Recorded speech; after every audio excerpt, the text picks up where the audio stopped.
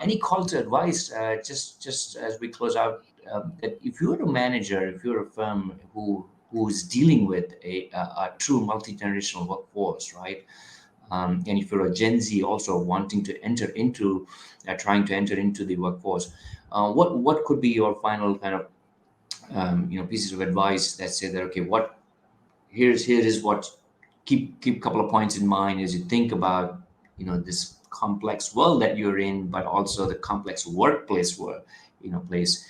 Um, yeah. Um, I think I really go to developing relationships with the people that you're working with. I think trust is critical in those relationships. It then allows more empathy, neurologically, scientifically, that when there are these trust relationships, and it creates that safe space, not only are people more creative and can take risks and more innovative and all the rest of it, but it really helps. That's because they feel comfortable, they feel a sense of belonging, and they can feel safe, feel that they can be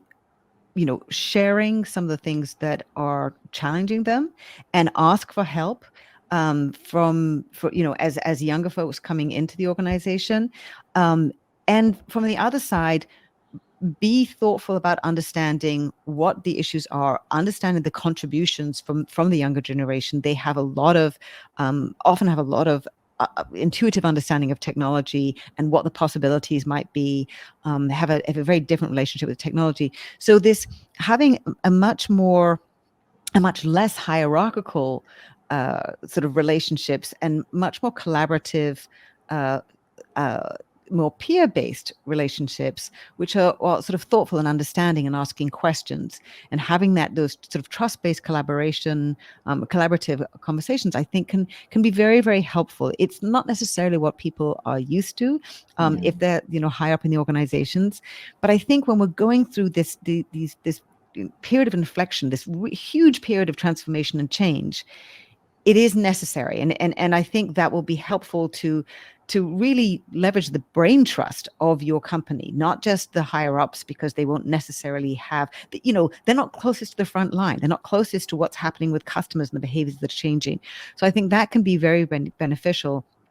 As I said, if you're just thinking about it as just these next few years, there's so much change going on, we're coming out of the pandemic, we're trying to work out, what the next new or whatever, however you want to sort of formulate, like how we're going to set things up going forward in this new era of business, new highly digitized era of business and work. So really, having those stronger relationships, having, a lot more trust, being empathetic, listening, asking questions. I think that it goes both ways, and having those bidirectional relationships is going to be, I think, the most productive to get your business, anybody's business through these times, and really working out what the best way forward is going to be for that unit, for that company.